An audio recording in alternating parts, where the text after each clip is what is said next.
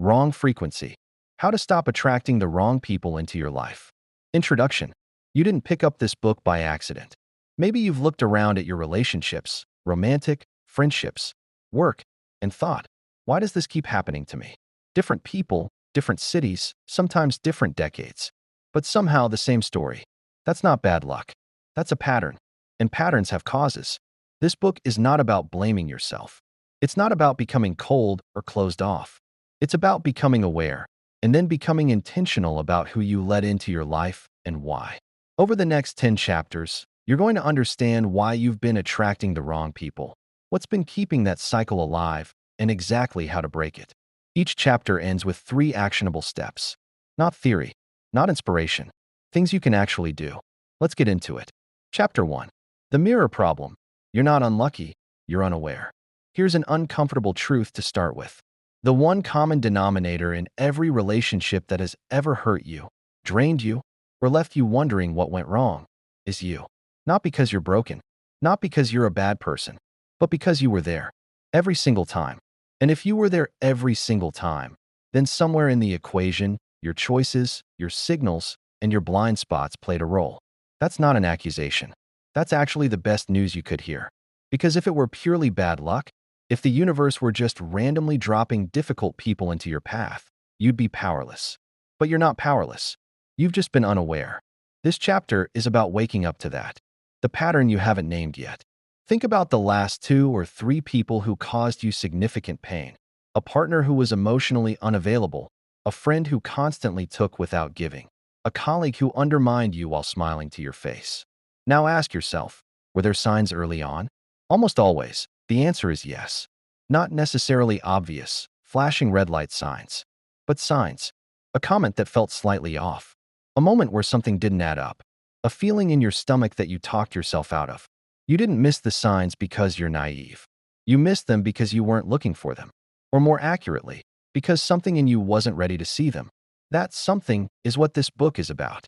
You're broadcasting on a frequency. Here's a way to think about it that might reframe everything. Every person walks through the world broadcasting a signal. That signal is made up of your energy, your behavior patterns, your body language, the way you respond when someone pushes your limits, what you laugh off versus what you stand firm on, how you talk about yourself, even the stories you tell at dinner parties. Most of this is unconscious. You're not aware you're broadcasting it, but other people receive it, and certain types of people are very good at reading it.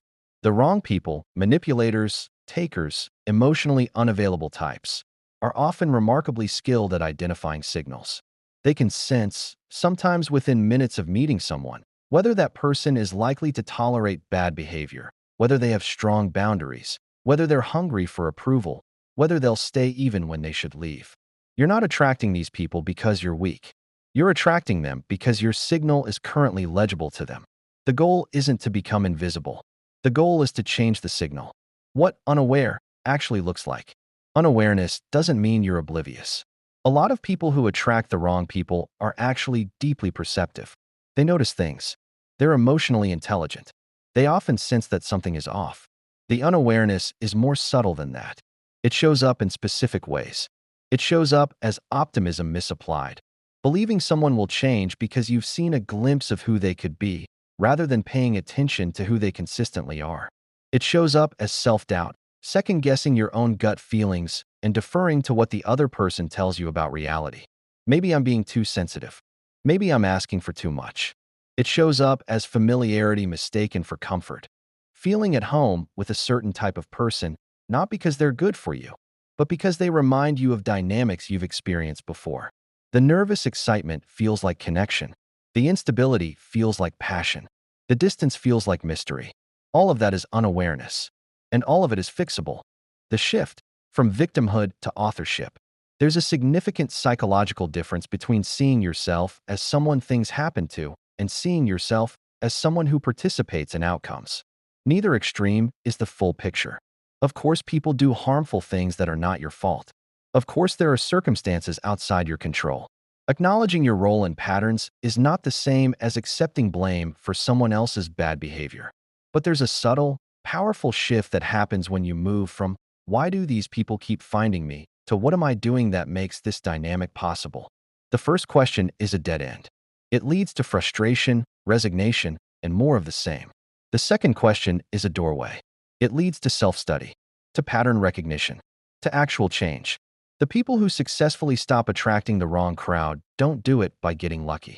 They do it by getting honest, first with themselves. They start noticing their own behavior in real time. They start asking harder questions. They start connecting the dots between their internal world and their external results. That's where we're headed in this book. Awareness is a practice, not a moment. One more thing before we close this chapter. Awareness isn't a light switch. You don't just decide to become self-aware and then you are. It's a practice. It requires slowing down. It requires discomfort. It requires being willing to look at yourself without flinching, not to punish yourself, but to understand yourself. And it starts small. It starts with noticing. Noticing how you feel around certain people. Noticing when you override a gut instinct and why. Noticing when you find yourself making excuses for behavior that, if a stranger described it to you, you'd immediately recognize as unacceptable. Noticing. That's it. That's where it starts. The chapters that follow are going to go deep on why your patterns exist, where they came from, and how to rewire them. But none of that matters without this foundation. The willingness to look in the mirror and stop calling what you see bad luck. You're not unlucky. You're unaware. And as of right now, that's starting to change. 3 actions for Chapter 1. Action 1. The pattern inventory. Write down the last 3 to 5 people who caused you pain in a relationship, romantic, friendship, or work. For each one, write a single sentence describing what the core problem was. Then look for the theme. Is there a word that keeps appearing? Unavailable, critical, draining, unpredictable. That theme is your first clue. Action 2. The early sign review. Pick one of those relationships and ask yourself honestly, what was the first sign that something was off? It could be a comment, a behavior, a feeling. Write it down. Then write down what you told yourself at the time that allowed you to dismiss it. This is not about regret. It's about training your awareness muscle retroactively. Action 3. The signal audit. For 1 full week. Pay attention to how you present yourself in new interactions. Notice what you laugh off that maybe you shouldn't. Notice when you shrink, over-explain, or apologize unnecessarily. You don't need to change anything yet. Just observe. You cannot change a signal you can't hear. Chapter 2. Your blueprint. The hidden rules you live by. Before you ever went on a first date, before you ever chose a best friend, before you ever decided who to trust, someone else was already writing the rules. You didn't know it was happening. Nobody handed you a document. Nobody sat you down and said, here is how relationships work. Here is what love looks like. Here is what you should expect from people. But you received that education anyway. Every single day, through what you watched, what you experienced, and what you were taught, explicitly and implicitly, about how people treat each other. That education became your blueprint. And your blueprint has been running your relationship choices ever since. What is a blueprint exactly? Think of it as your internal operating system for relationships. It's the set of unconscious beliefs you carry about what's normal, what's acceptable, what love feels like, what conflict looks like, and what you deserve. Your blueprint answers questions like, is it safe to express my needs? Will people leave if I'm too much? Do I have to earn love, or is it given freely? Is conflict a threat or a normal part of connection? Are people generally trustworthy, or do I need to stay guarded? You didn't consciously choose the answers. They were formed through repetition and experience, mostly in childhood and early adolescence, the period when your brain was most plastic, most impressionable, most desperate to make sense of the world around you. And here's the critical part. Your brain doesn't update this operating system automatically. Unless you actively examine it and revise it, you will carry a blueprint that was written for a child into situations that require an adult. Where the blueprint comes from. The most significant early source is your family system. Not because your parents were necessarily bad people, but because they were the first data points you had.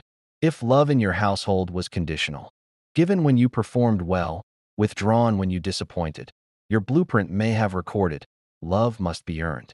As an adult, you might unconsciously gravitate toward people who make you work for their affection, because that dynamic feels familiar.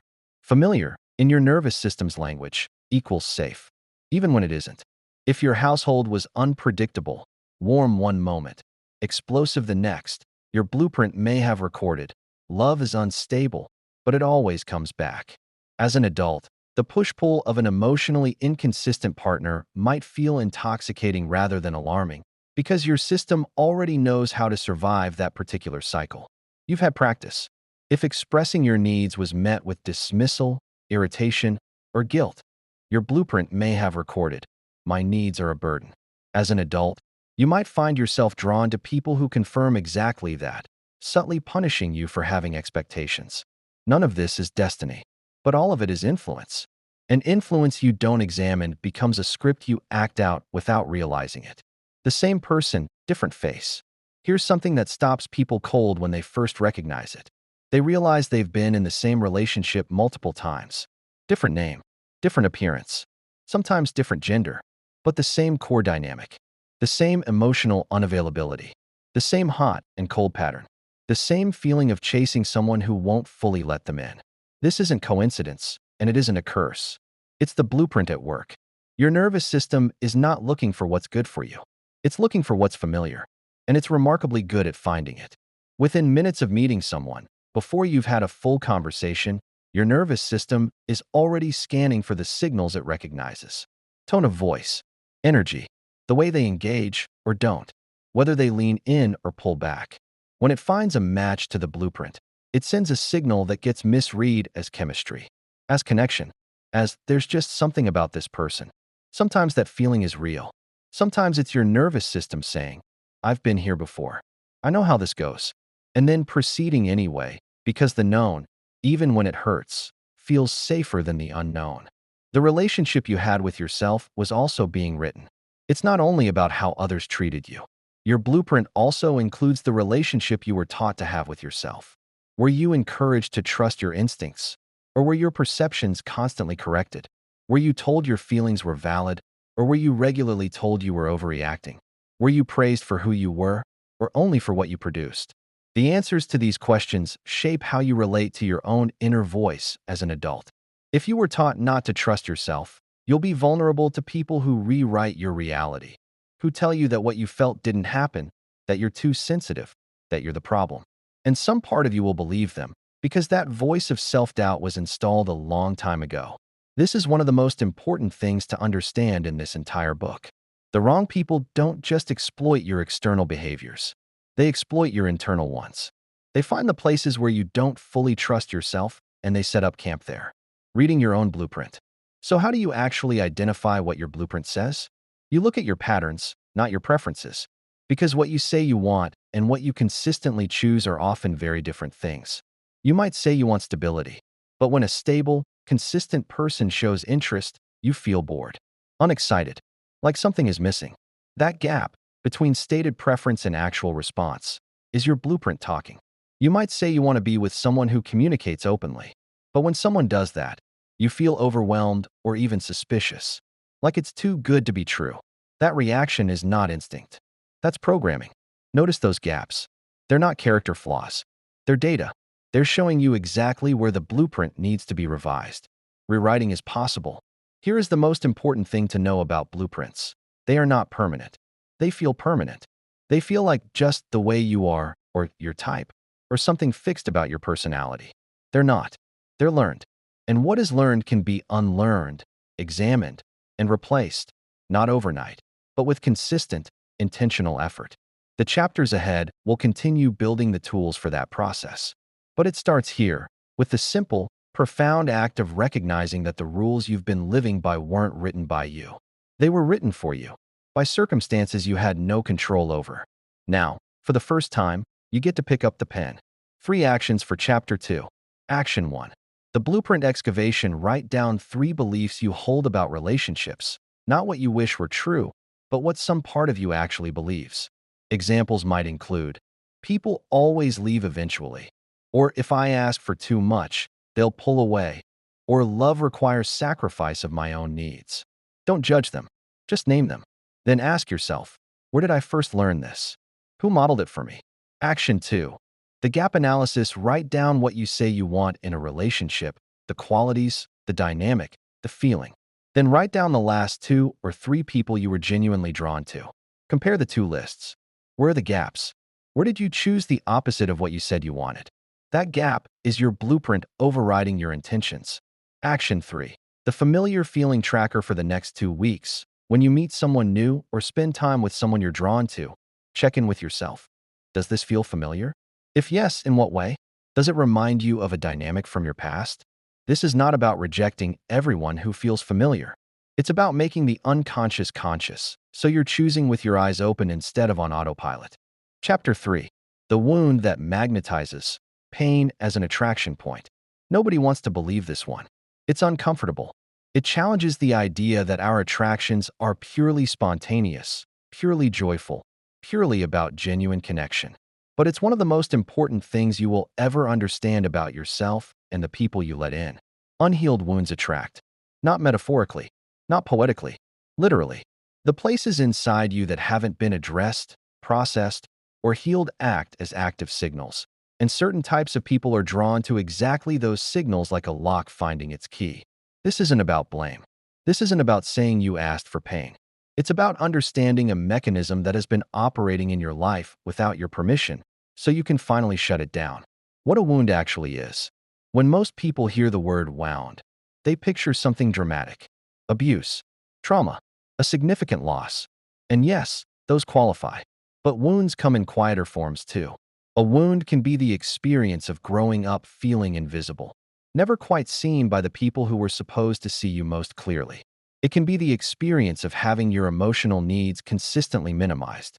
It can be the slow accumulation of moments where you felt like too much, or not enough, or simply not the priority. These experiences leave marks, not always visible ones, but they shape the way you move through the world. They shape what you're sensitive to, what you're drawn to, what you unconsciously seek out in relationships, often without realizing that what you're seeking is resolution. A chance to finally get from someone the thing you didn't get before. That seeking is deeply human. It's not weakness, but when it operates unconsciously, it becomes a vulnerability. The resolution fantasy. Here's the mechanism at the heart of it. When you carry an unhealed wound, let's say the wound of feeling unseen, part of your psyche is still searching for resolution. It wants to feel seen, not just a little, deeply, completely, in a way that finally heals that original hurt. So when you meet someone who seems to offer that, who looks at you like you're fascinating, who makes you feel special and understood in those first intoxicating weeks, the response is enormous. Disproportionate, even, because you're not just responding to this person. You're responding to the possibility of finally closing a wound that's been open for years. And then, almost inevitably, that person reveals that they can't actually give you what you need. Maybe they become distant. Maybe they turn critical. Maybe they give you glimpses of the thing you want and then withdraw it. And instead of stepping back, you chase. You try harder. You become more invested. Because subconsciously, you're no longer just trying to make this relationship work. You're trying to win a game that started long before you ever met them. You're trying to finally get the validation, the love, the acknowledgement that you didn't get the first time around. This is the wound at work. And the wrong people, particularly those with manipulative or avoidant tendencies, are expert at triggering exactly this dynamic, whether consciously or not. Trauma bonding. When pain feels like love. Let's talk about something that doesn't get enough honest airtime. Trauma bonding is what happens when a cycle of intermittent reward and pain creates a powerful emotional attachment. It's the bond that forms not in spite of the difficulty, but because of it. It works like this. Someone treats you well, warmth, attention, connection. Then they pull back, criticize, disappear, or hurt you. Then they return, apologetic, warm again, maybe even more intense than before. And in that moment of return, the relief is so powerful, the connection feels so real, that it overrides everything that just happened. Over time, the cycle itself becomes the attachment. Your nervous system starts to associate this particular person with both the highest highs and the lowest lows. And that combination, that intensity, gets mistaken for depth, for passion, for a love that's stronger because it's been tested. It isn't. Intensity is not depth. Chaos is not passion. And the relief you feel when someone stops hurting you is not the same as happiness. One of the clearest signs of a trauma bond is this. You feel more attached after conflict than before it. If an argument, a disappearance, or a cruel moment somehow makes you want someone more, that's not love chemistry. That's a wound being activated. Real connection versus wound activation. Take a look at two different kinds of attraction. Wound-activated attraction tends to feel urgent, consuming. It arrives fast and feels like certainty. There's often a sense of, I've never felt this way before, very early on. There's an element of anxiety woven into the excitement, a fear of losing the person even before you fully have them. The connection feels electric, but also somehow conditional, like you need to earn it, like it could disappear. Genuine connection, by contrast, often feels quieter, especially at first. It feels safe rather than thrilling, consistent rather than intense. It doesn't spike your anxiety. It settles it. You feel like yourself around this person rather than a heightened, performance-ready version of yourself. If you've been living in wound-activated attraction for a long time, genuine connection can initially feel boring, flat, like something is missing. That reaction is not a sign that the person is wrong for you. It's a sign that your nervous system has been calibrated to chaos, and it doesn't yet know how to recognize peace as desirable. That recalibration is part of the healing. The healer and the wounded. There's a specific dynamic worth naming here because it shows up so frequently. Some people, perhaps you, carry their wound in the form of wanting to heal others. They are drawn to people who are clearly struggling, clearly damaged, clearly in need of saving. And they pour themselves into the project of fixing that person. This feels like love. It feels like compassion. Sometimes it genuinely is. But often, it's also a way of staying close to a familiar kind of pain without having to look at your own. It's easier to focus on someone else's wound than to sit with yours. It's easier to be the one doing the helping than to admit you also need help. The problem is that you cannot heal someone who isn't trying to heal themselves. And in trying, you often absorb their chaos, their instability, and their unresolved pain at the direct expense of your own well-being. The most loving thing you can do, for them and for yourself, is to stop making other people's healing your responsibility. Healing is the attraction disruptor. Here's the truth that this chapter has been building toward. You don't have to be fully healed to attract healthier people. That's an impossible standard, and it's not what this is about. But you do need to be actively healing, moving in the direction of wholeness, taking your wounds seriously enough to address them rather than drag them unconsciously into every new relationship. When you start doing that work, therapy, honest self-reflection, journaling, breaking patterns deliberately, something shifts in the signal you broadcast. The urgency fades. The desperation quiets. The need for resolution through others softens. And when those things quiet down, the people they used to attract simply don't find as much to latch onto. Healing isn't just personal growth. It's protection. 3 actions for Chapter 3. Action 1. Name the wound in one honest sentence. Write down what you most needed as a child or young person that you didn't consistently receive. Was it to be seen? To feel safe? To feel chosen? To feel like enough? Don't overthink it. Your first answer is usually the truest. That wound is likely the one being activated in your most painful relationships. Action 2. The intensity check. Think about your most significant relationships and rate the early attraction. Was it quiet and steady, or was it intense and urgent? Now cross-reference. Which of those relationships caused you the most pain? Look for the correlation between high early intensity and high eventual pain. This isn't a rule, but it's a pattern worth knowing. Action 3.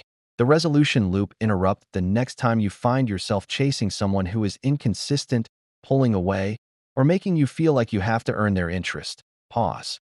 Ask yourself, am I pursuing this person, or am I pursuing a feeling I've been chasing for a long time? Write the answer down. You don't have to act on it immediately, but naming what's actually happening is the first step to choosing differently. Chapter 4. The roles we play. Rescuer, people pleaser, chameleon.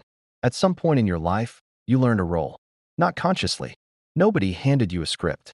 But through trial and error, through reward and punishment, through watching what kept people close and what pushed them away, you developed a strategy. A way of being in relationships that felt safe, that felt effective, that felt, on some level, like the best version of yourself you could offer. The problem is that some of those roles, the ones that helped you survive, are now costing you everything in the present. This chapter is about 3 of the most common roles that quietly invite the wrong people in. You may recognize yourself in one. You may recognize yourself in all 3. Either way, recognition is the beginning of release. Role 1, the rescuer. The rescuer is the person who feels most alive, most needed, most valuable in a relationship when someone needs saving. They are drawn to people in crisis, to people with obvious struggles, addiction, emotional instability, difficult circumstances, complicated pasts. Not because they're foolish, often because they're deeply empathetic, genuinely warm, capable of extraordinary patience and care. But underneath the generosity is a belief that has been running quietly in the background. I am most lovable when I am useful. Take away the crisis, and the rescuer often doesn't know what to do with themselves. A stable, self-sufficient partner feels somehow less meaningful, less necessary. And if you don't feel necessary, a part of you wonders, will they stay? So the rescuer keeps choosing people who need rescuing. And the people who need rescuing, consciously or not, can sense that energy. They know, without being told, that this person will stay, that this person will tolerate more, excuse more, and give more than anyone else would. Because leaving would feel like abandonment, and the rescuer has a deep, unspoken fear of becoming the person who gives up on someone. The cruel irony? The people the rescuer chooses are rarely in a position to give much back. And over time, the rescuer runs dry, depleted, resentful, and somehow still convinced that if they just give a little more, things will turn around. They won't. Not until the rescuer asks the harder question, what would I bring to a relationship where nobody needed saving? Role 2. The people pleaser. The people pleaser is an expert at reading the room. They know, almost instantly, what someone needs to hear, what will smooth over attention, what will make someone like them. They are agreeable, accommodating, conflict avoidant, and often genuinely lovely to be around, at least on the surface. But there's a shadow side to that agreeableness. The people pleaser has learned that expressing their true needs, opinions, or boundaries creates risk. Maybe they were punished for disagreeing as a child. Maybe conflict in their early environment was explosive or dangerous, and staying small and pleasant was a survival strategy. Maybe they simply discovered that people responded better to the version of them that had no edges. So they smoothed their edges down and kept smoothing until they became whoever the other person seemed to need them to be.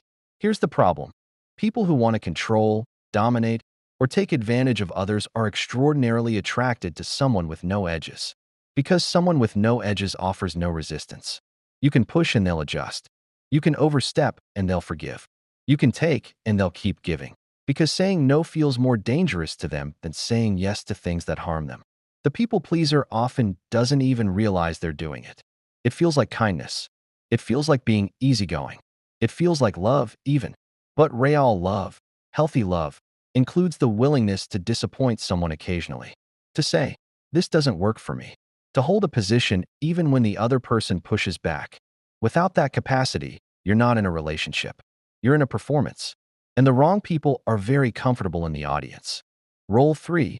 The chameleon. The chameleon is perhaps the most subtle of the three, and in some ways, the most painful to recognize. The chameleon is a shapeshifter. They become, almost unconsciously, whoever the person they're with seems to want them to be. They adopt interests, adjust their opinions, mirror the energy and values of whoever is in front of them. They are unusually perceptive. They can read people quickly and adapt accordingly. This can look like flexibility, like open-mindedness, like impressive social fluency. And sometimes it genuinely is those things. But when it becomes a default mode, when the chameleon has no stable sense of self to return to, it becomes a serious vulnerability. Because if you don't know who you are independent of other people, you will always be at risk of becoming whoever someone else needs you to be. And the people who benefit most from that are the ones who want a partner without a spine. A person who reflects back whatever image suits the other person's ego. A relationship where only one person's identity is actually present. The chameleon often gets deep into a relationship and realizes they've lost themselves entirely. They don't know what they actually like anymore, what they actually believe, what they actually want, because they've been adapting so constantly, so automatically, that their own signal has gone silent. Getting that signal back, your signal, your actual self, is the work. The cost of the role. Every one of these roles has a price tag, and the currency is always the same, yourself. The rescuer gives away their energy. The people pleaser gives away their voice. The chameleon gives away their identity. And in each case, What they receive in return is a relationship that only works because they are making themselves smaller, more useful, or more invisible than they should ever have to be. Here's what every one of these roles has in common. They were designed to make you acceptable to others. They were built on a foundation of fear, fear of rejection, fear of conflict, fear of being too much or not enough. But you cannot build a healthy relationship on a foundation of fear. You can only build a performance. And performances are exhausting. They attract audiences, not partners. Stepping out of the role. This is the part that feels terrifying, and it's important to say that directly. Stepping out of a role you've played for years, decades, sometimes, feels like risk. Because on some level, your nervous system believes that the role is what makes you lovable. That without it, people will leave. That your actual self, unperformed and unfiltered, isn't enough. That belief is the lie at the center of all three roles. You are not most lovable when you are most useful. You are not most lovable when you have no opinions. You are not most lovable when you've disappeared entirely into someone else's preferences. You are most genuinely connected to another person when you show up as yourself, with your needs, your voice, your actual identity intact. The wrong people will leave when you do that. Let them. The right people will stay, and they'll finally have someone real to stay for. 3 actions for Chapter 4. Action 1. Identify your role of the 3 roles: rescuer, people pleaser, chameleon. Which one resonates most strongly with you? Write a paragraph about how this role has shown up in your relationships. Be specific. What have you done, tolerated, or suppressed in order to maintain this role? This isn't about shame, it's about clarity. Action 2. The cost inventory. Write down what playing this role has cost you, in specific relationships and in general. Energy, your voice, your sense of identity, time spent with the wrong people, opportunities missed because you were too busy maintaining a version of yourself built for someone else's comfort. Seeing the cost clearly is what makes change feel worth it. Action 3.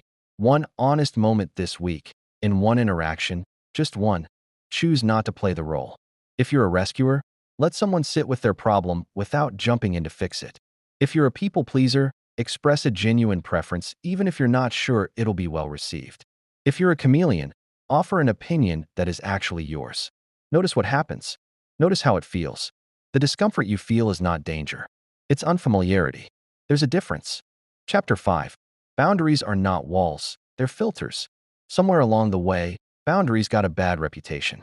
People hear the word and picture coldness, rigidity, someone holding others at arm's length with a list of rules and conditions, someone difficult, someone closed off, someone who's been hurt too many times and decided to protect themselves by shutting everyone out. That's not what a boundary is. That's a wall. And walls and boundaries are not the same thing. A wall keeps everyone out. A boundary lets the right people in and filters the wrong ones. One is built from fear. The other is built from self-respect. And understanding that difference might be one of the most practically useful things in this entire book. What a boundary actually is. A boundary is simply a line that defines where you end and someone else begins. It's the point at which you say, this is what works for me, and this is what doesn't. This is how I'm willing to be treated, and this is where I'll step back if that standard isn't met. Boundaries are not ultimatums. They're not punishments. They're not ways of controlling other people. You cannot control what someone else does, but you can control what you do in response. And that response is the boundary. A boundary sounds like, I'm not available for conversations that involve yelling. If that happens, I'm going to step away until things calm down. It doesn't say, you are not allowed to yell. It says, if you do, here is what I will do. The other person still has full freedom. And so do you. That's the distinction most people miss. Boundaries are about your behavior, not theirs. Why people without boundaries become magnets for takers. Here is a dynamic that plays out constantly, and it's worth understanding with total clarity. People who take advantage of others, whether they do it consciously or as a deeply ingrained habit, are not randomly selecting their targets. They're testing. In every early interaction, they are sending small signals, making small requests, pushing very slightly to see what happens. They say something mildly unkind and watch to see if you brush it off or address it. They cancel plans last minute and watch to see if you're upset or immediately accommodating. They ask for a favor that's slightly outside what's reasonable and watch to see if you hesitate or simply comply. These are not dramatic red flags. They're small calibrations. And what they're calibrating for is, how much can I get away with here? When someone has no boundaries, or has boundaries but doesn't enforce them, the answer to that question becomes quite a lot. And the taker, consciously or not, adjusts accordingly. They don't suddenly become a different person. They simply keep going in the direction they've been shown is available to them. This is not a moral failing on your part. You were probably taught that being accommodating is a virtue. That saying yes makes you kind. That keeping the peace is worth the personal cost. But there's a difference between genuine generosity, which comes from fullness, and compulsive accommodation, which comes from fear. One is a choice. The other is a reflex. And reflexive accommodation is one of the clearest signals that takers know how to read. The guilt that keeps boundaries from forming. Let's talk about the thing that stops most people from setting boundaries in the first place. Guilt.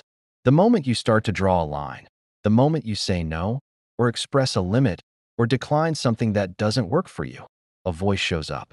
Sometimes it sounds like concern. Maybe I'm being unreasonable. Sometimes it sounds like self-criticism. Why am I being so difficult? Sometimes it sounds like fear. What if they leave? What if they're angry? What if I hurt them? That voice is not your conscience. It's your conditioning. Because here's what guilt actually signals in this context. It signals that you are doing something you were taught is not allowed. Not something that is actually wrong. Just something that contradicts the rules you absorbed early on. Rules like, your comfort matters less than other people's. Keeping others happy is your job. Needing things makes you a burden. Those rules were written by your environment. They are not the truth. Real guilt, the kind that should make you pause, comes when you've genuinely harmed someone. Setting a boundary doesn't harm anyone. It might disappoint them. It might frustrate them. But disappointment and harm are not the same thing. And someone who treats your boundaries as harm is someone who believes they have unlimited access to you. They don't. What happens when you start holding limits? Something interesting happens when you begin setting and maintaining boundaries consistently. Some people adjust. They respect the limit. They recalibrate, and the relationship actually improves. These are people who were perhaps operating on autopilot, taking a little more than they should have simply because it was available, but who are fundamentally capable of mutual respect. When you raise the standard, they rise to meet it. Other people don't adjust. They push back. They get angry. They accuse you of being different, of being difficult, of ruining something that was working fine before. They may guilt you. They may withdraw. They may try to negotiate your boundaries down. Pay close attention to that second group. Because their reaction is data. It's telling you that the relationship was only functioning the way it was because you weren't asking for anything. The moment you did, the moment you showed up as someone with legitimate needs, the dynamic broke down. That breakdown is not evidence that you did something wrong. It's evidence that the relationship was never actually balanced. You just couldn't see it before because you were doing all the balancing. Soft limits, hard limits, and the spectrum between. Not all boundaries carry the same weight, and understanding this makes them easier to implement without feeling like you're drawing battle lines in every interaction. Soft limits are preferences, things that matter to you, but that allow for flexibility depending on context and relationship closeness. These are the things you'd ideally like, but which you can negotiate around with the right people. Hard limits are non-negotiables. These are the lines that, when crossed, fundamentally affect your well-being, your safety, or your self-respect. These don't bend, and they don't need to come with elaborate justification. "This doesn't work for me" is a complete sentence. The work is knowing which is which for you. A lot of people confuse the two, treating hard limits as flexible when they aren't, and treating soft preferences as immovable rules. Knowing your own hierarchy takes time and self-reflection, but it starts with simply asking, if this line is crossed repeatedly and nothing changes, can I genuinely be okay here? If the answer is no, that's a hard limit. Boundaries as a filtering system. Here's the reframe that makes all of this click into place. Every boundary you hold is a filter. It's a signal to the world about who you are and what kind of relationship you're available for. When you consistently hold your limits, kindly, clearly, without aggression but without apology, you are actively sorting the people around you. The wrong people will filter themselves out, not always gracefully, sometimes with anger, manipulation, or guilt, but they will leave, because you are no longer the path of least resistance.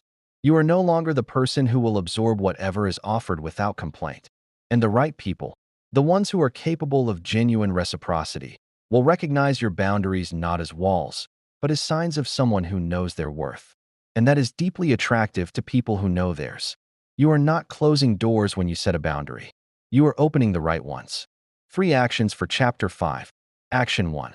The boundary inventory. Write down 3 areas of your life: relationships, time, energy, communication, where you consistently feel drained, resentful, or taken advantage of.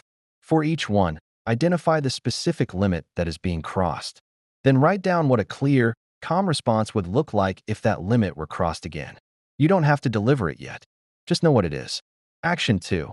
The guilt audit. The next time you feel guilty for saying no or holding a limit, write down exactly what the guilt is telling you. Then ask, is this voice protecting me from genuine harm, or is it just protecting someone else from mild disappointment? That distinction is everything. Practice separating real guilt from conditioned guilt until you can tell them apart instinctively. Action 3. The small no this week. Say no to one small thing that you would normally say yes to out of habit or discomfort. It doesn't have to be significant. The point is the practice. Notice the discomfort. Notice that you survived it. Notice whether the other person respected it or pushed back.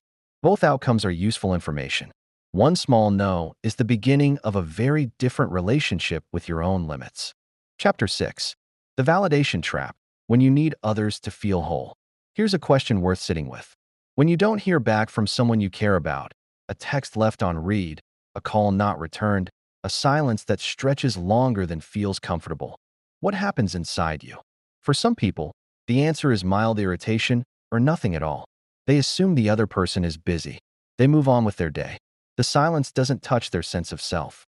For others, the silence is deafening. It triggers a spiral. Suddenly, they're questioning the relationship, questioning themselves, replaying recent conversations looking for what they did wrong. Their mood shifts. Their focus scatters. Their sense of okayness becomes directly tied to whether or not that notification appears. If you recognize yourself in the second description, this chapter is for you. What external validation actually is. Validation is the experience of being seen, acknowledged, and affirmed. It's a legitimate human need. Don't let anyone tell you otherwise. We are social creatures. We are wired for connection. Feeling valued by people we care about is not weakness, it's biology. The problem is not needing validation. The problem is requiring it. The problem is when your sense of self-worth is not something you carry internally, but something you outsource to compliments, to attention, to the approval of people around you. When validation is external, your emotional state is not your own. It belongs to whoever is, or isn't, giving you feedback in any given moment. A kind word, and you feel confident. Criticism, and you collapse. Silence, and you spiral. You are essentially handing the remote control of your inner life to other people and hoping they'll be gentle with it. Most people won't be. Not because they're cruel, but because they're human, inconsistent, distracted, dealing with their own internal worlds. They cannot be your emotional regulator. That job was always yours.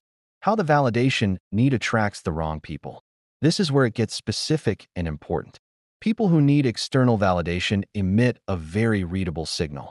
It shows up in how quickly they respond to attention, with disproportionate warmth, immediate investment, rapid emotional attachment.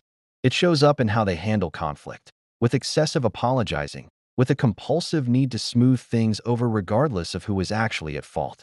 It shows up in how they talk about themselves, with subtle self-deprecation, with phrases like, "I'm probably wrong, but," or "I don't know, maybe I'm overreacting."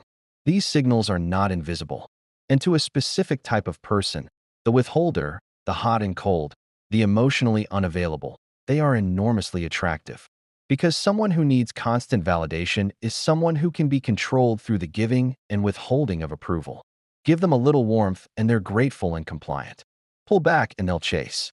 Criticize them and they'll work harder to please you.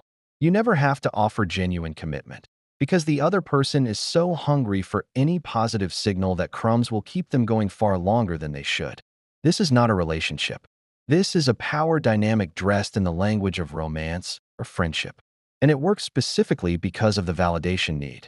The withholding type. Let's name this clearly because it's one of the most common dynamics in the wrong people pattern. The withholder is someone who is fundamentally stingy with approval.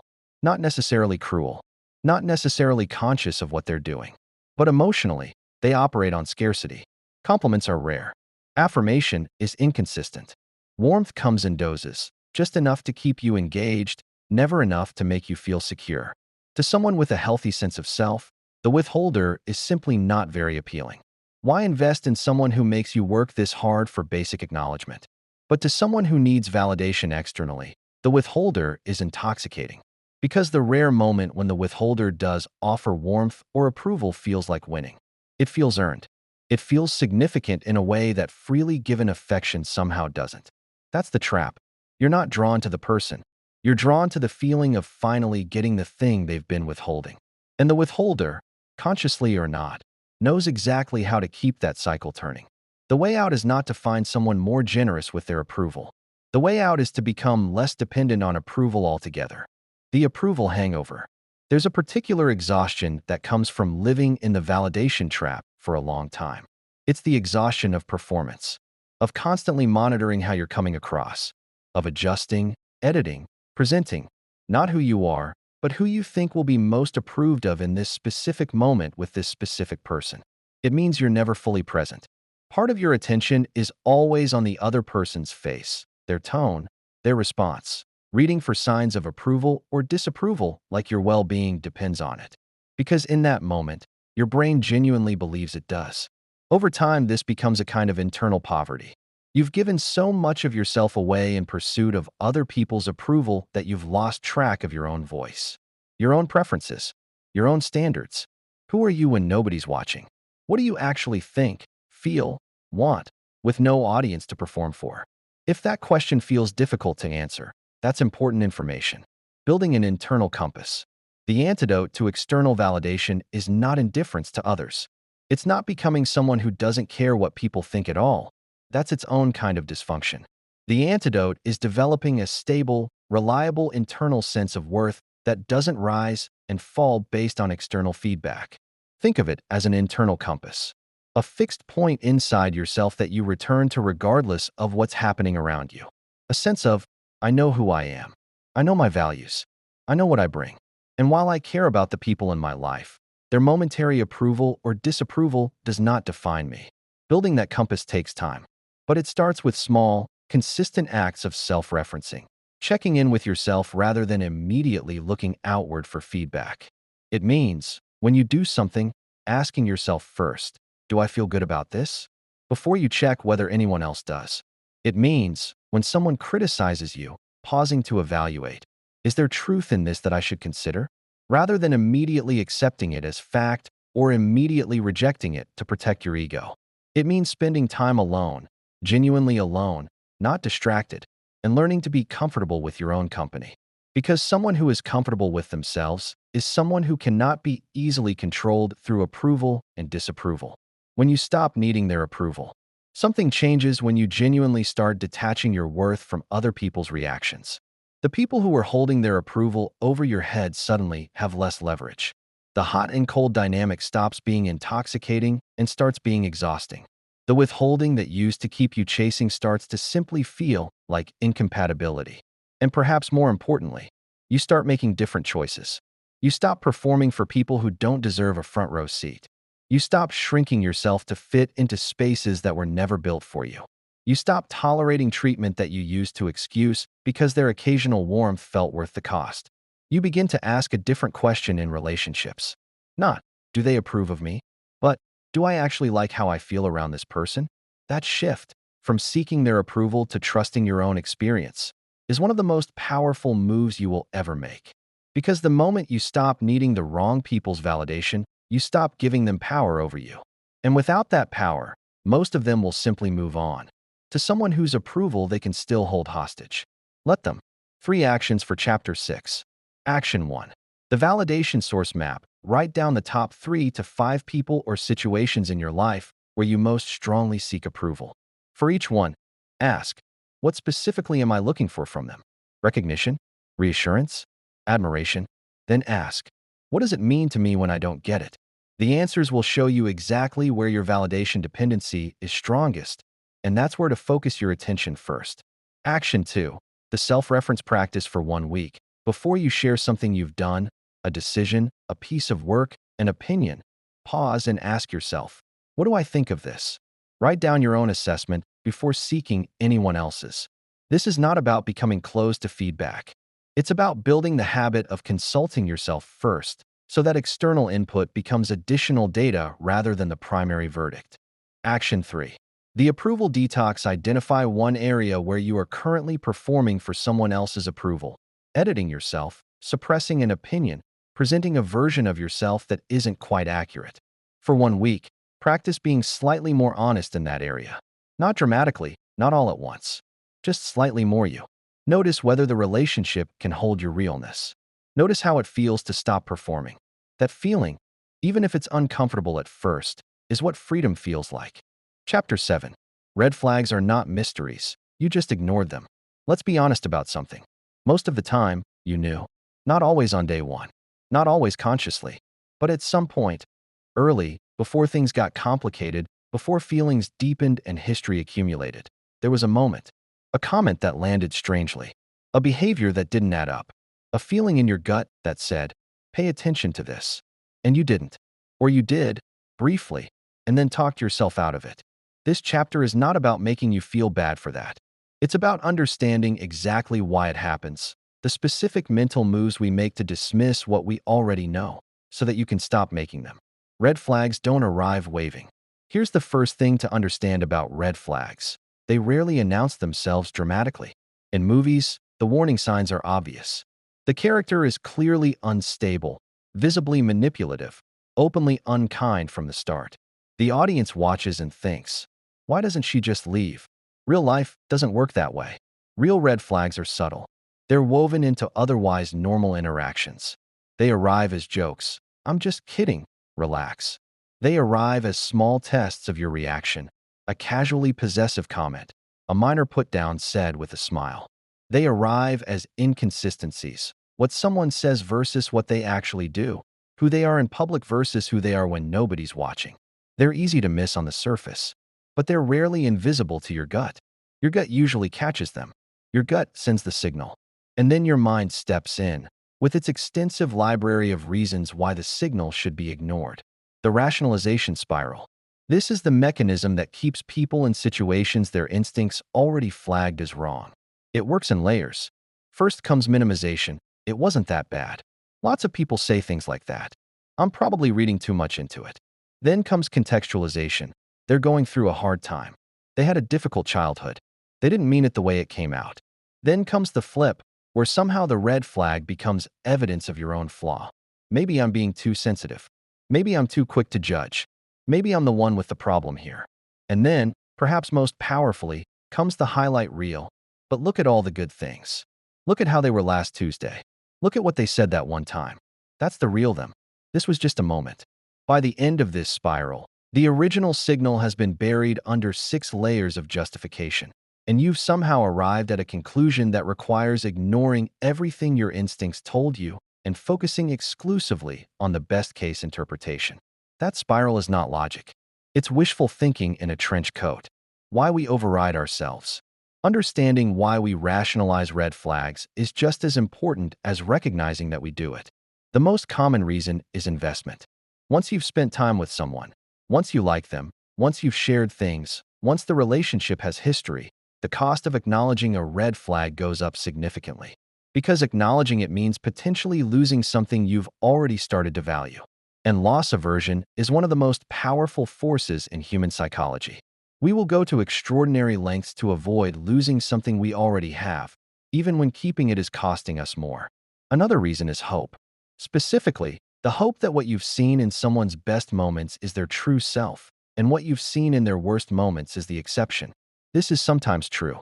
People do have bad days. People do show up imperfectly. But there's a difference between someone having a bad moment and someone consistently revealing who they are, and then walking it back just enough to keep you invested. The pattern matters more than the moments. Always. And then there's the fear of being wrong in the other direction. What if you walk away from someone who is actually good because you misread a signal? What if your instincts are just anxiety, just past trauma, just overcaution? This fear is real. and it deserves acknowledgement. But here's the distinction. A genuine red flag tends to be about the other person's consistent behavior. An anxiety response tends to be about your fear of vulnerability, regardless of the other person's actual conduct. Learning to tell the difference is the work. What your gut is actually doing. Your instincts are not mystical. They're not irrational. They are the product of everything you've ever observed, experienced, and learned, compressed into a rapid-fire assessment that arrives before your conscious mind has finished processing. When you get a bad feeling about someone, your brain has already clocked dozens of microsignals. A slight inconsistency in their story, a flash of irritation that disappeared too quickly, the way they spoke about their last relationship, the way they treated someone with less power than them in a casual interaction. You didn't consciously register all of those, but your brain did, and it synthesized them into a feeling that something was off. That feeling deserves respect, not blind obedience. You don't have to run from everyone who makes you slightly nervous, but respect, curiosity, the willingness to slow down and ask, what specifically triggered this, and is it worth examining? The people who consistently override their instincts are not braver or more open-minded than those who listen to them. They're just louder in the part of their mind that makes excuses. The slow reveal and the fast reveal. There are two kinds of red flags worth distinguishing because they require different levels of alertness. The fast reveal happens early, usually in the first few interactions. A comment about an ex that's laced with contempt. An expectation that feels slightly entitled. A moment of anger that seemed disproportionate to the situation. These are easy to miss because things are still new and exciting and you're naturally inclined toward generosity. The slow reveal is more insidious. It happens over time, gradually. Behaviors that start small and escalate incrementally. Standards that erode slowly enough that you don't notice the distance between where you started and where you are now. This is sometimes called the boiling frog dynamic. The temperature rises so gradually that by the time it's dangerous, you've already adjusted to it. Both require the same antidote, staying present. Not getting so swept up in the narrative of the relationship that you stop noticing what's actually happening in real time. Training yourself to trust again. If you've spent years overriding your instincts, trusting them again feels uncomfortable. Sometimes it feels impossible. Because you've learned, consciously or not, that your perceptions can't be trusted. That your gut has been wrong before. That you've been too quick to judge or not quick enough, and you're not sure which lesson to apply anymore. Here's how to start rebuilding that trust. Start small. Notice instinctive reactions in low-stakes situations. A conversation that leaves you feeling slightly off. A new acquaintance who gives you a slightly odd feeling you can't name. Don't act on it dramatically. Just note it. Write it down. Then watch what unfolds over time. Over weeks and months, you'll start to see whether your early reads were accurate. Most of the time, they will be. That track record, even built quietly, in a journal, with nobody watching, starts to rebuild your confidence in your own perceptions. And practice naming the specific behavior rather than just the feeling. I felt uncomfortable is a start. I felt uncomfortable because they made a joke at my expense, and when I reacted, they told me I was too sensitive is data. The more specific you can get, the harder it becomes to rationalize away. A red flag is not a verdict. One final point, and it matters. Noticing a red flag is not the same as condemning someone. It's not a declaration that a person is irredeemably bad. People are complex. People carry wounds and patterns just as you do. But a red flag is information. And you are allowed, you are entitled, to take that information seriously. To ask questions. To slow down. To watch and see whether what you observed was a one-off or a pattern. To decide, with clear eyes and full information, whether this is someone you want to invest in. You don't have to wait until you're devastated to acknowledge that something isn't right. You are allowed to notice. You are allowed to trust what you notice. And you are allowed to act on it early, before the cost of leaving gets higher than the cost of staying. That is not paranoia. That is wisdom. 3 actions for Chapter 7. Action 1. The flag inventory. Think of a relationship where things eventually went wrong. Write down the first 3 signs, however small, that something might be off. They don't have to be dramatic. Then write down exactly what you told yourself at the time to dismiss each one. This exercise is not about regret. It's about mapping your personal rationalization patterns so you can recognize them in real time going forward. Action 2. The behavior log for any new or developing relationship in your life right now. Start keeping a simple log. Not obsessively, just a brief note when something strikes you as off, confusing, or inconsistent. Date it. Describe the specific behavior, not just the feeling. Revisit it after 30 days. Patterns become undeniable when they're written down across time rather than evaluated in isolation. Action 3. The instinct audit. Think back to a moment in a past relationship where you had a strong instinctive reaction, a bad feeling, a sense of alarm, a moment of clarity, and overrode it. Write down what that instinct was telling you. Then write down what actually happened afterward. This is not an exercise in self-blame. It's an exercise in evidence building, showing yourself, with your own history as proof, that your instincts were right more often than you gave them credit for. Chapter 8. Raising the standard. What you tolerate, you teach.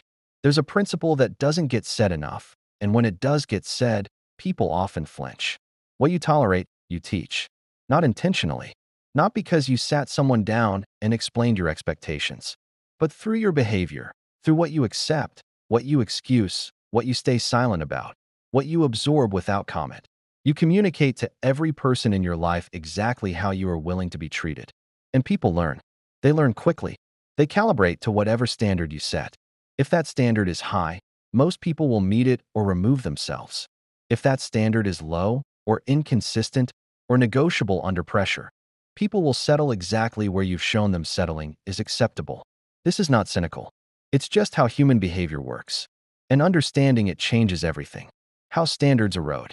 Nobody starts a relationship by accepting terrible behavior. That's almost never how it happens. It happens in increments. It happens through a series of small moments where something slightly off was let go, where a line was drawn and then quietly moved when it was tested, where an apology was accepted without a change in behavior following it, where the exception gradually became the rule. Think about it in practical terms. The first time someone speaks to you dismissively, you might feel hurt but say nothing. It feels too small to address, too early in the relationship to make an issue of. The second time, you've already let it go once, so addressing it now feels inconsistent. By the fifth time, it's simply part of the dynamic. You've normalized it, not because you wanted to, but because each individual moment felt too minor to confront, and collectively they rewrote the standard. This is how people end up in relationships, years deep, tolerating things they would have found completely unacceptable if they'd been presented all at once on day one. The change was gradual enough to be invisible, but the distance from where you started to where you are is enormous. The settling spectrum. Settling doesn't always look like desperation. That's a myth worth dismantling.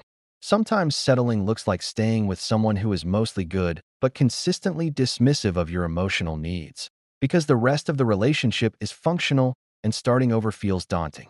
Sometimes it looks like accepting a friendship where you're always the one reaching out, always the one giving energy, always the one making it work, because the history is long and ending it feels like loss. Sometimes it looks like staying in a dynamic that doesn't actively hurt you but doesn't genuinely fulfill you either, because it's comfortable, because it's familiar, because at least you know what you have. Settling is not always about staying in something painful. Sometimes it's about staying in something insufficient.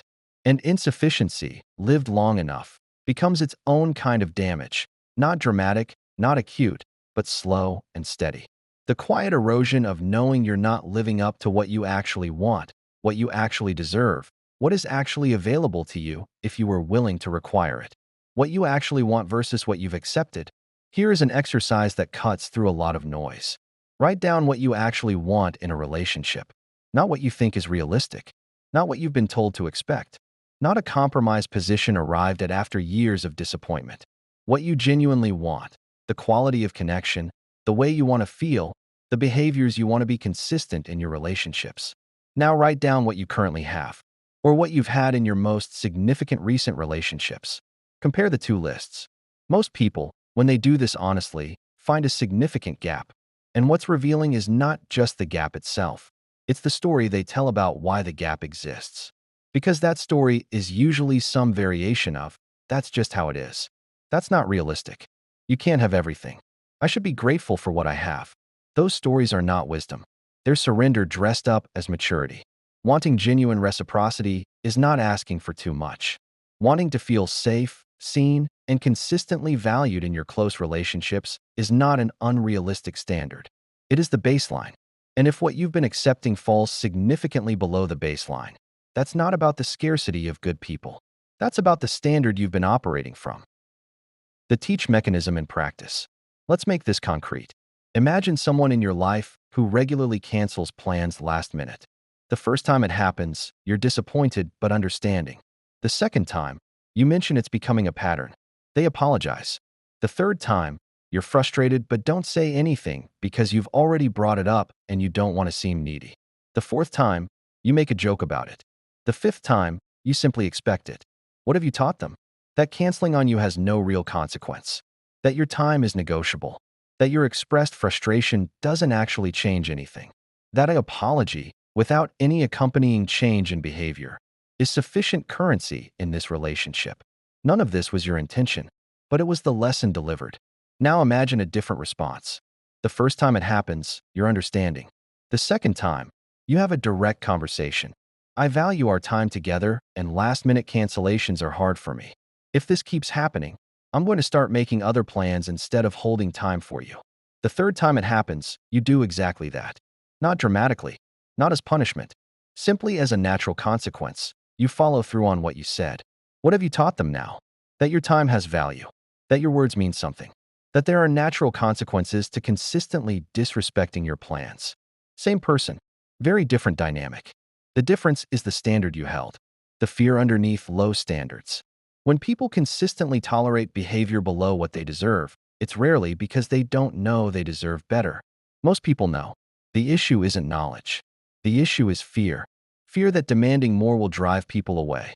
Fear that the standard they actually want is too high, that nobody real will meet it. Fear that they've already invested too much to walk away now. Fear that being alone is worse than being in something insufficient. These fears are understandable, but they are not reliable advisors. Because here is what consistently happens when people raise their standards and hold them firmly. The right people step up. Not all people. Some leave, and some of those departures are painful. But the people who are genuinely capable of mutual respect, genuine reciprocity, and actual investment meet the standard. Because it's reasonable. Because healthy people don't want a relationship with someone who has no requirements. That's not appealing. It's unsettling. Your standards are not a barrier to connection. They are a prerequisite for the right kind. The standard upgrade. Raising your standard is not a single dramatic declaration. It's a series of small, consistent choices made over time. It's the choice to address something small before it becomes something large. It's the choice to follow through on what you've said rather than backing down when someone pushes back. It's the choice to walk away from something insufficient even when walking away is uncomfortable. It's the choice to sit in the discomfort of a temporarily empty space rather than fill it with something that doesn't meet the bar. And perhaps most importantly, it's the internal work of genuinely believing that what you want is available, that it's not naive or unrealistic to require basic respect, consistency, and genuine care, that you are not asking for too much, that the right people, the ones who are capable of meeting a real standard, exist and are looking for exactly what you bring when you show up as yourself. Raise the bar. Hold it there. Not rigidly, not punitively, but clearly and consistently. What you tolerate, you teach. Decide what lesson you want to be giving. 3 actions for Chapter 8. Action 1. The standard gap analysis. Write 2 lists side by side. On the left, what you actually want in your close relationships, specific behaviors, qualities, and dynamics. On the right, what has been consistently present in your recent relationships. Circle everything on the left that doesn't appear on the right. That gap is your standard upgrade target. Be specific, not, I want someone kind, but I want someone who follows through on what they say. Action 2. The tolerance tracker. Identify one behavior in a current relationship that you have been tolerating despite it bothering you. Write down how long you've been tolerating it, what you've told yourself to justify it, and what a clear, calm, direct response to it would look like. You don't have to deliver that response today, but write it out fully, because clarity on paper becomes courage in practice. Action 3.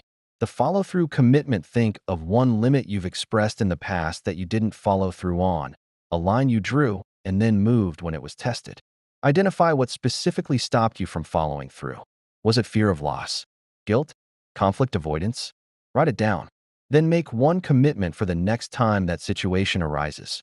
You will follow through. The standard only becomes real when the response to crossing it is consistent. Consistency is the whole game. Chapter 9. The Energy Audit. Who gets access to you? Most people have never actually thought about this deliberately.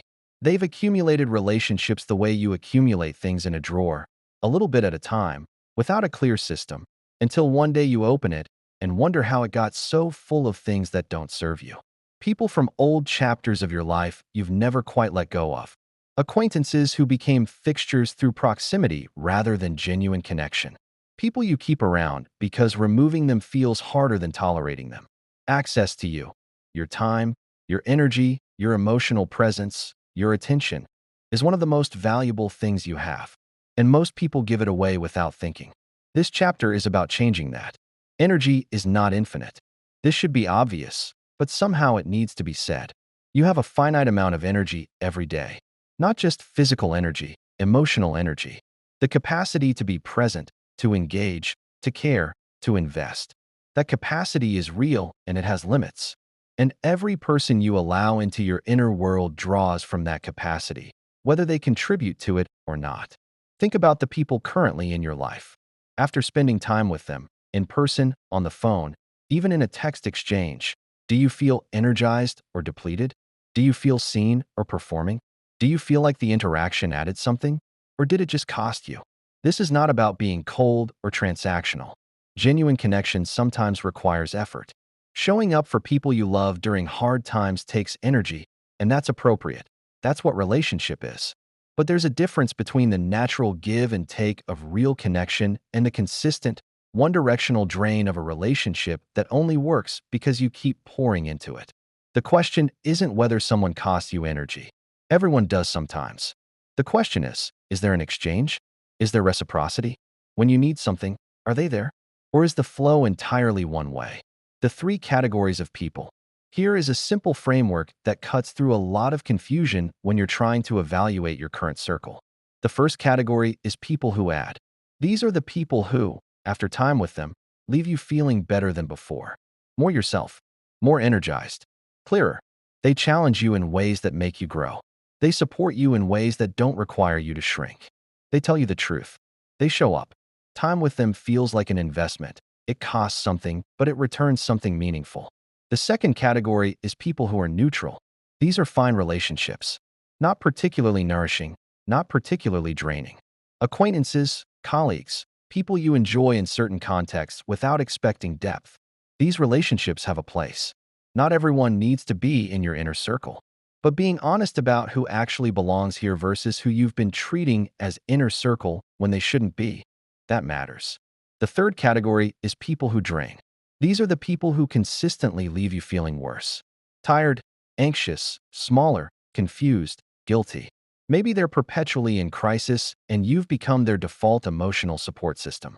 Maybe they're subtly critical in ways that chip away at your confidence.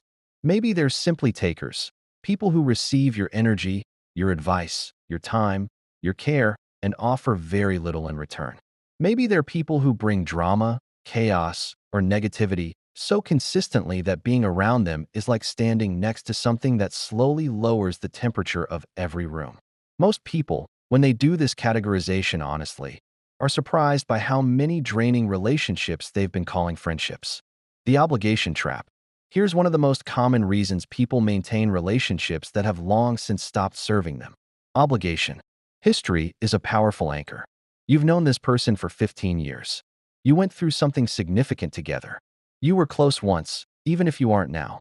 And somewhere in the back of your mind, a voice insists that all of that history means you owe them continued access to your life, regardless of who they are today, regardless of how the dynamic actually functions now. That voice is worth examining. Because history is not the same as compatibility. People change. Sometimes you grow in the same direction and the relationship deepens naturally. Sometimes you grow in completely different directions and the relationship quietly becomes something you maintain out of habit rather than genuine desire. Neither outcome makes someone a bad person, but only one of them makes continued close access to you appropriate. There's also the guilt obligation, which is slightly different. This is when someone has done something for you, helped you through a hard time, supported you financially, been there during a crisis, and you feel that accepting less from them now would be ungrateful. Like withdrawing closeness is somehow a betrayal of what they once gave you. Gratitude is real, but gratitude doesn't require you to give someone permanent, unlimited access to your life. You can be genuinely thankful for what someone was to you in a specific season and still recognize that the relationship has run its natural course. Those two things are not in conflict. Proximity is not the same as closeness. This one is subtle but important. Some of the people who have the most access to your life aren't there because of genuine mutual investment.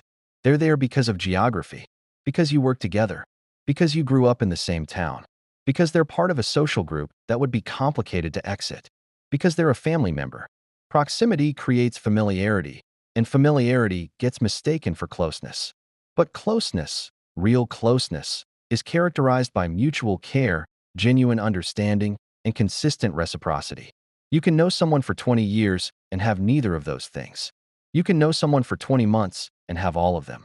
The length of someone's presence in your life does not automatically entitle them to a front row seat in your inner world. Presence is earned, not dramatically, not transactionally, but through the consistent demonstration of being someone who actually shows up, actually cares, and actually adds to your life rather than subtracting from it. Intentional pruning without guilt. Now for the part people find most difficult. What do you actually do about the people in the drain category? What do you do about the relationships maintained by obligation or proximity rather than genuine connection? The answer is rarely dramatic. You don't need to make announcements. You don't need confrontations. In most cases, you simply, quietly, gradually, without hostility, stop pouring as much in. You become less immediately available. You respond with warmth, but less frequency. You stop volunteering yourself for situations that consistently drain you. You let natural distance do what it naturally does when it isn't being artificially maintained by one person's constant effort. In some cases, a direct conversation is appropriate. If someone has been a significant part of your life and the dynamic has become genuinely harmful, clarity is kinder than a slow fade. But most relationships don't require a formal exit. They simply require you to stop doing all the work of keeping them alive. And some relationships, particularly with family, cannot be exited cleanly. In those cases, the work is about managing access rather than eliminating it. Shorter visits, clearer limits on what topics are open for discussion, less emotional availability for dynamics that have proven consistently damaging. You cannot always choose who is in your life. You can almost always choose how much of yourself you give them, making room for what should be there. Here is the thing about clearing space that people don't always anticipate. It feels like loss at first. Even when you're releasing something that wasn't good for you, the space it leaves behind is uncomfortable. Humans are not naturally comfortable with vacancy. We want to fill it quickly. Resist that impulse. Because the space you create by releasing draining, insufficient, or obligation-based relationships is the same space that genuine connection needs in order to arrive. You cannot be fully present for new, healthy relationships when your energy is already entirely consumed by old, draining ones. You cannot hear a quiet, steady voice when you're surrounded by constant noise. Pruning is not rejection. It is not cruelty. It is not ingratitude. It is the deliberate act of deciding that your energy, your attention, and your emotional presence are valuable enough to be given intentionally to people who genuinely deserve them, rather than distributed automatically to whoever has been around the longest or asks the most loudly. Not everyone deserves a seat at your table, and protecting your table is not selfishness. It is self-respect, and it is the foundation of every healthy relationship you will ever build going forward. 3 actions for Chapter 9. Action 1. The circle audit. Write down the 10 to 15 people who currently have the most access to your time and emotional energy. Next to each name, write one word: adds, neutral, or drains. Be honest, not cruel, but honest. Don't justify or explain the word, just write it. Then look at the overall picture. Is your energy going predominantly to people who add to your life or to people who drain it? That ratio is your starting point. Action 2. The obligation inventory from your drain list. Identify which relationships you're maintaining primarily out of obligation, guilt, or history rather than genuine desire. For each one, Write down specifically what you're afraid would happen if you pulled back. Name the fear directly: rejection, conflict, guilt, social fallout. Naming the fear is the first step to evaluating whether it's actually proportionate to the cost of continuing to give. Action 3. The access adjustment. Choose one draining relationship and make one small, concrete adjustment to how much access that person currently has.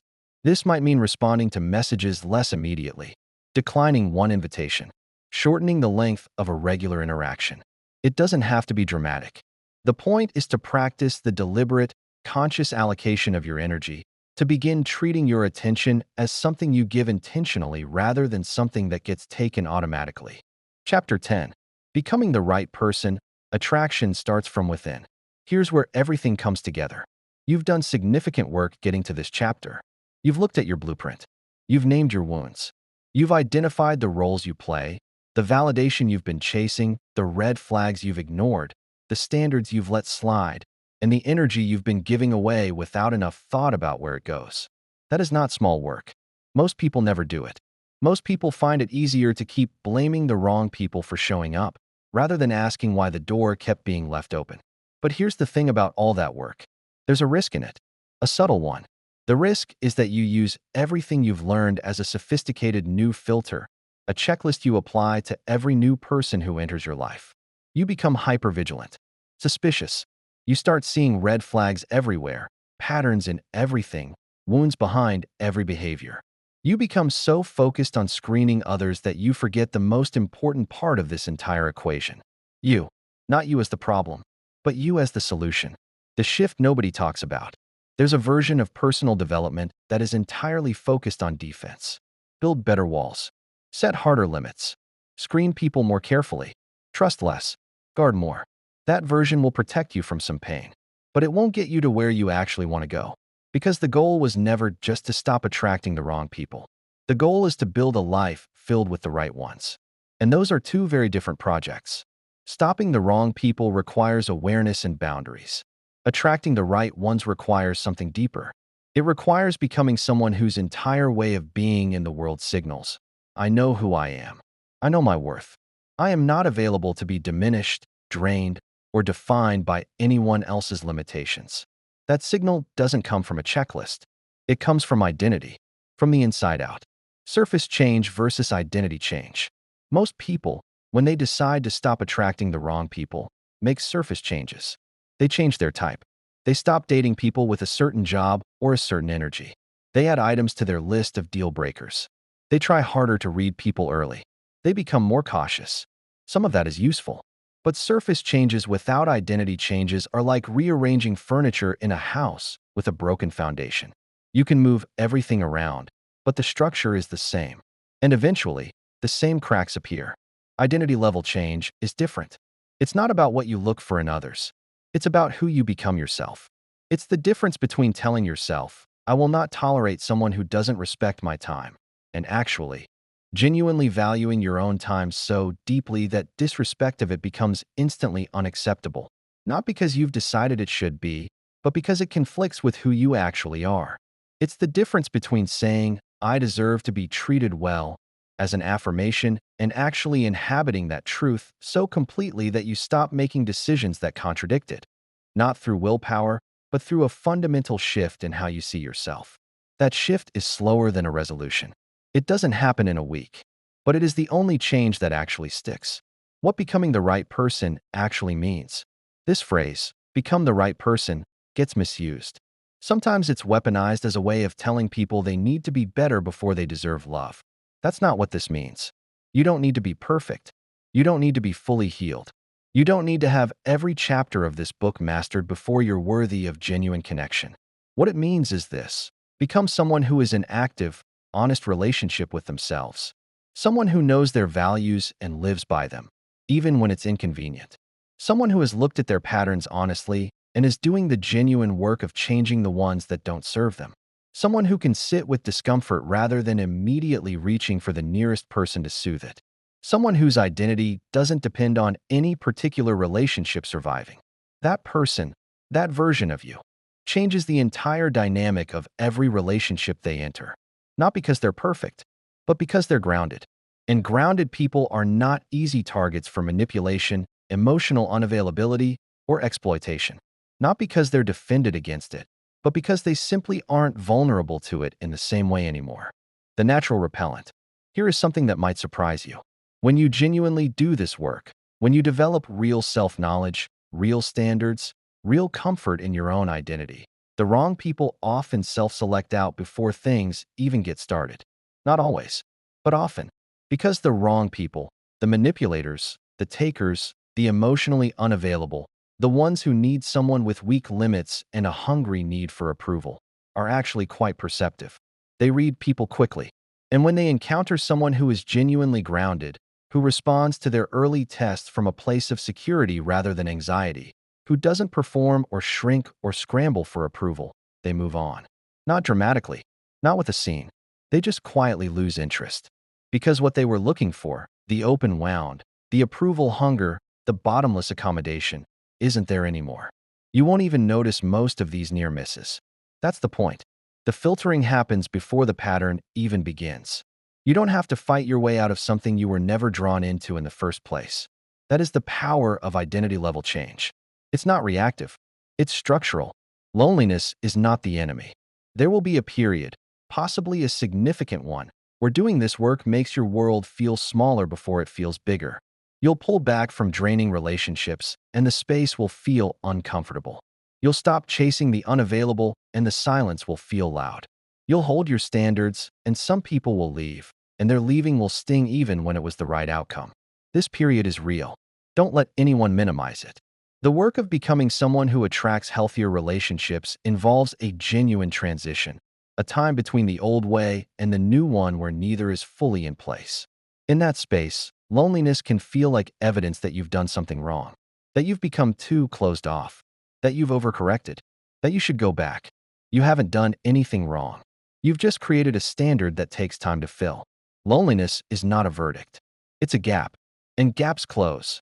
Not when you panic and fill them with whatever's available, but when you hold the space with enough patience and self-possession for something genuinely good to arrive.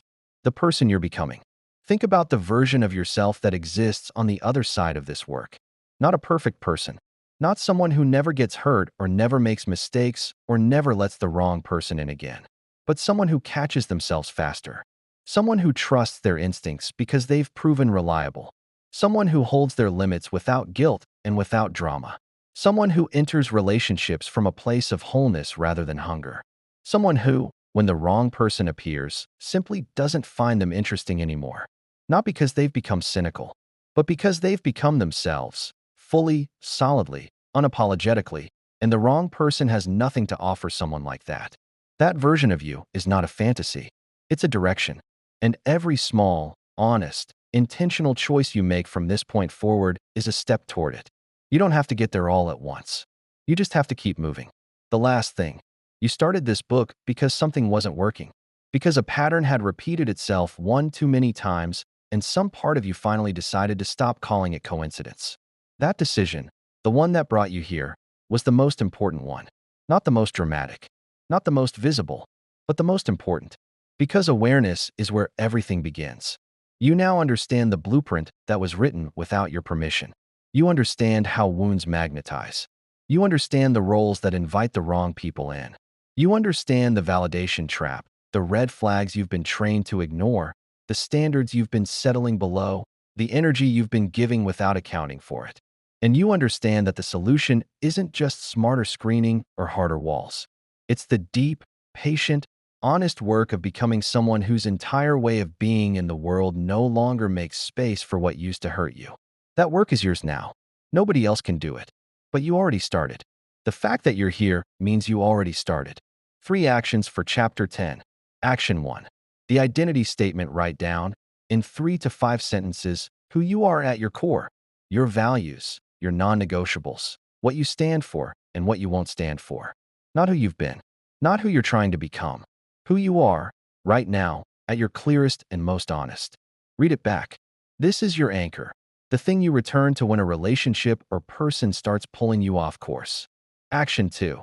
The becoming list. Write down 5 specific ways you want to grow as a person, not in order to attract someone, but for yourself. skills you want to develop, patterns you want to break, ways of thinking you want to strengthen. Put a date next to each one, not a deadline, but a direction. Your growth is not a prerequisite for love, but it is the foundation of the life you actually want. Action 3. The commitment letter. Write yourself a short letter, 1 page, honest, direct, from the perspective of the person you're becoming. In it, make 3 specific commitments about how you will treat yourself differently from this point forward. What you will no longer accept, what you will no longer negotiate, what you will protect. Seal it if you want. Read it when you need to remember why you started. You made it through the whole book. And if you've been listening closely, really listening, something has already shifted. You see yourself differently now. You see the patterns. You understand the mechanisms. You know where the work is. But knowing is only the beginning. The real transformation happens in the doing. In the small, daily, unglamorous choices to show up differently. To hold the line. To trust yourself. To stop making space for what doesn't deserve it. That's where the book ends and your life begins. One more thing.